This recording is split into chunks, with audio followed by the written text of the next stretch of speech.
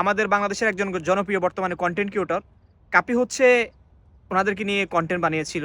তো ওই কন্টেন্ট নিয়ে তারা হচ্ছে অনেক রিপ্লাই ভিডিও বানিয়েছে, অনেক কথা বলতেছে কাফির এই ভিডিওটা নিয়ে।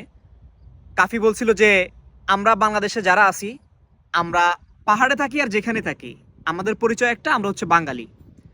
সো ওরা বাঙালি পরিচয় দিতে চাচ্ছে না, ওরা যে বাঙালি তা পরিচয় দিতে চাচ্ছে না। হ্যাঁ, আমার মনে হচ্ছে এই যে উপজাতিরা যারা পাহাড়ে বাস করে তারা চাচ্ছে মনে হয় যে বাংলাদেশে আরো একটা রাষ্ট্র তারা করার জন্য। হ্যাঁ, তো এটা কি আদৌ সম্ভব? যে একটা জিনিস মাথায় রাখো, বাংলাদেশে 16 কোটি মানুষ, 16 কোটি এখন অনেক বেশি। যাই হোক, এটা হচ্ছে আমাদের আদমশুমারি অনুযায়ী আমি যেটা ছিল এটা বলছি।